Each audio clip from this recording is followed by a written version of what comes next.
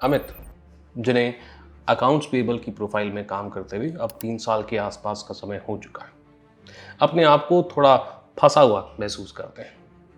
वैसे तो किसी मल्टीनेशनल कंपनी के अंदर अच्छी सैलरी पे एक बीकॉम ग्रेजुएट के लिए जॉब लगना बहुत मुश्किल बात है, मगर अमित ने इस चीज़ को हासिल कर लिया। बट प्रमोट होने के लिए उन्हें अब ये रियलाइज़ हो रहा है कि मुझे एक प्रोफेशनल क्वालिफिकेशन को अक्वायर करना बेहद ज़रूरी है, और उनके मन में एक तूफान सा चल रहा है। क्या मैं इस प्रोफेशनल क्वालिफिकेशन को कंप्लीट कर पाऊंगा? क्या मैं एक फुल टाइम जॉब के साथ पढ़ाई कंसिस्टेंटली कर पाऊंगा? और ऐसे ही कई सारे सवालों के जवाब हम इस वीडियो के अंदर ढूंढने वाले हैं। हाय, मैं हूं CA Gaurav Sabharwal, A team commerce academy Indore से। आइए बात करते हैं। Welcome to career Tuesdays on the move. यहाँ पर हम करियर और मोटिवेशन से रिलेटेड अनबायस्ड वीडियोस बनाते हैं। सब्रवाल फिलहाल में कहीं सुना था कि अगर हरे कागज़ की आदत लग जाए तो सफ़ेद कागज़ की आदत जो है वो छूट जाती है। कहने का मतलब है, अगर पैसा हम कमाना शुरू कर देते हैं तो कई बार पढ़ने की हमारी जो आदत है वो छूट सी जाती है, क्योंकि पहली प्रायोरिटी हमारी कमाई करना हो जाता है। और ऐसा देखा गया है, कई स्टूडेंट्स जो हैं वो लकी होते हैं कि उन्हें ग्रेजुएशन के बाद एक अच्छी मल्टीनेशनल कंपनी में जॉब लग जाता है, मगर उन्हें रियलाइज़ करते करते 1 साल, 2 साल या 3 साल का समय लग जाता है कि अब उन्हें आगे ग्रो करना है तो एक प्रोफेशनल क्वालिफिकेशन का होना ज़रूरी है।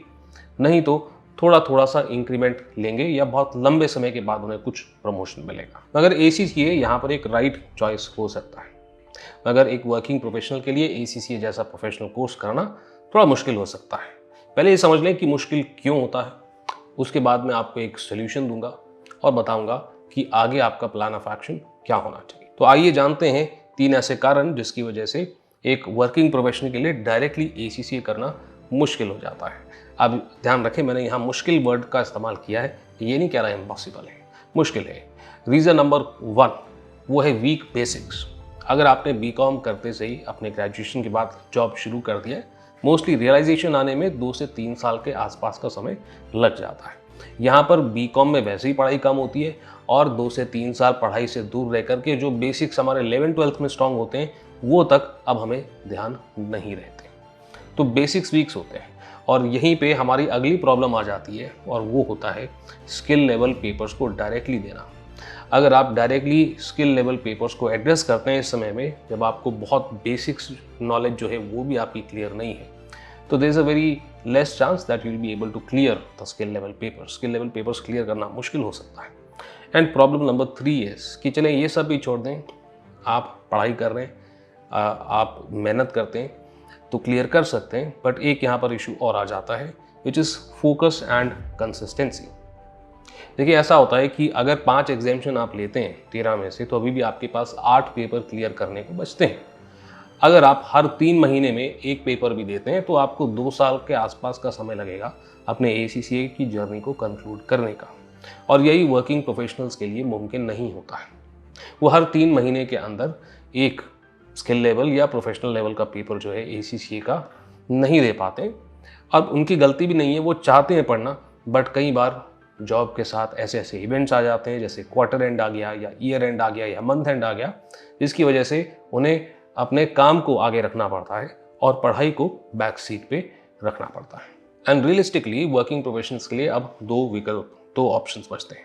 ऑप्शन नंबर 1 इज़ कि एग्जामिनेशन ना लें, शुरुआत से पढ़ें ताकि आपके बेसिक्स वगैरह स्ट्रांग हो, और इस तरह से पूरे के पूरे 13 पेपर्स को क्लियर करने की कोशिश करें, जो मुश्किल है, किया जा सकता है।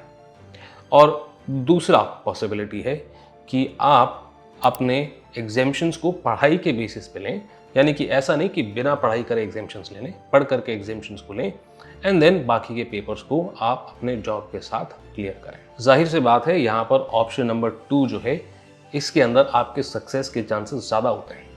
तो आइए ऑप्शन नंबर 2 कैसे आपको इन प्रॉब्लम से बचाता है उसके बारे में बात करें।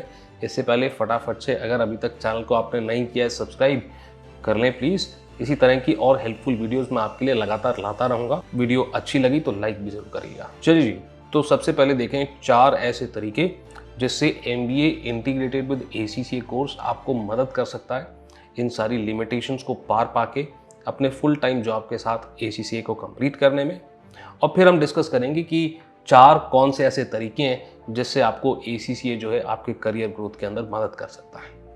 चलो जी, तो शुरुआत करते हैं पॉइंट नंबर 1 से, वो है स्लो स्टार्ट।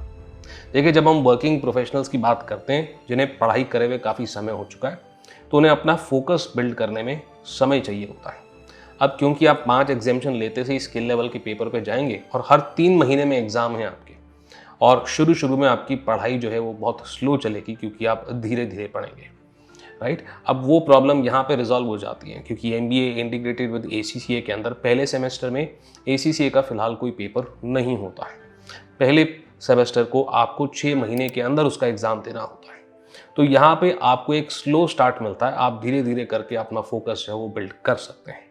साथ ही साथ में आपकी जो क्लासेस होती हैं वो सैटरडे संडे को होती हैं और आपको रिकॉर्डेड क्लासेस का एक्सेस भी होता है, ताकि आप अपनी पढ़ाई सिर्फ 2 दिन नहीं, हफ्तों के 7 दिन थोड़ा थोड़ा पढ़ के स्प्रेड आउट कर सकते हैं, जिससे आपको फोकस करने में आसानी होगी।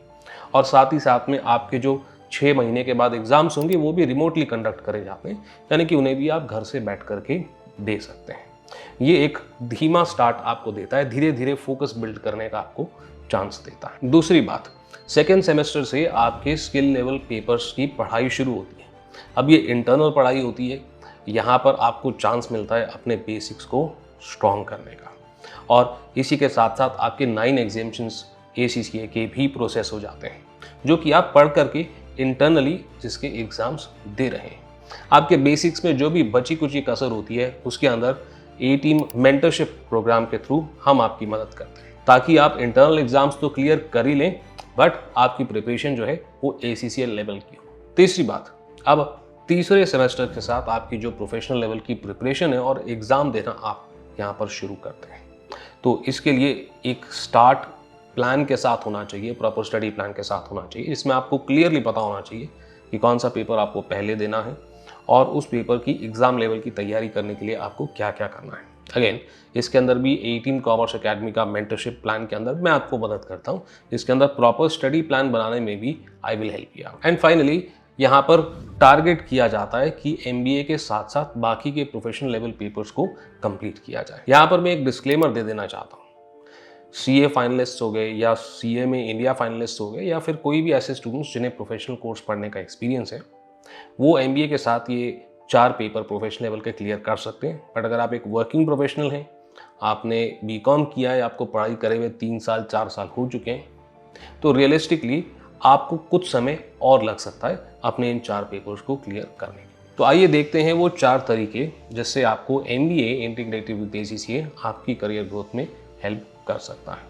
ये सबसे पहली बात तो ये है कि मल्टीनेशनल कंपनीज जिसके अंदर आप ऑलरेडी काम कर रहे हैं, फॉर एग्जांपल जेनपैक्ट, एक्सचेंजर या इवन बिग 4 ऑडिट फर्म्स, ये लोग स्पॉन्सर करते हैं, यानी कि पैसे देते हैं। अगर आप ACCA जैसा कोई कोर्स करना चाहते हैं तो उसकी फीस वगैरह जो है ये लोग उठाते हैं। And this brings me two point number 2 कि यूजुअली आप जब ये कोर्स कंप्लीट करते हैं तो इसके साथ एक्सपेक्ट कर सकते हैं इन्हीं कंपनीज के अंदर प्रमोशन या इंक्रीमेंट या दोनों ही। और कई बार स्टूडेंट्स 13 पेपर क्लियर नहीं भी करते हैं तो भी उन्हें प्रमोशन और इंक्रीमेंट मिल जाता है। आते हैं अगले पॉइंट पे, which is point number 3, is switching to higher paid profiles. अब अगर आप ऑलरेडी अकाउंटिंग की फील्ड में हैं बट ACCA कर चुके हैं, तो अब आप सक्षम बन चुके हैं, केपेबल बन चुके हैं हायर पेड प्रोफाइल्स में जाने के लिए या फिर दूसरी कंपनीज में जॉब के लिए स्विच करने के लिए।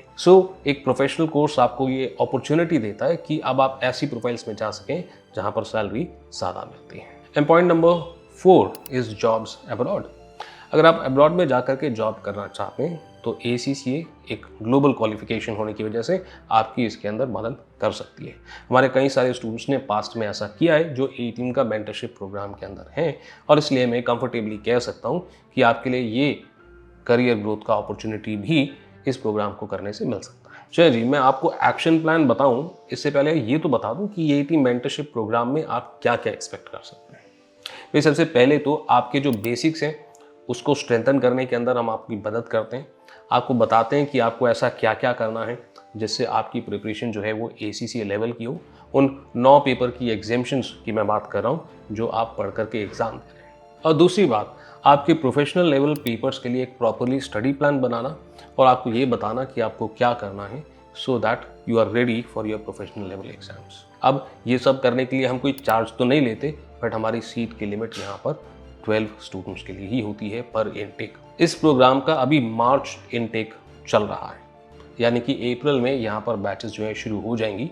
और इस बार यूजीसी ने बहुत क्लियरली कहा है कि इस गाइडलाइन को आगे नहीं बढ़ाया जाएगा, यानी कि अगर आप ये इनटेक मिस करेंगे तो फिर सीधा अगले साल। And that brings me to our plan of action. भाई अब आपको क्या करना है, आपको सिंपली डिस्क्रिप्शन में दिए गए फॉर्म को फिलअप करना है ताकि हम आपको कॉल बैक कर लें, या फिर आप डायरेक्टली कॉल बैक कर लें इस नंबर पे और पूछ लें मेंटरशिप प्रोग्राम के बारे में। अभी के लिए इतना ही। मैं यानी कि CA गौरव सब्रवाल आपसे मिलता हूँ अगले वीडियो में।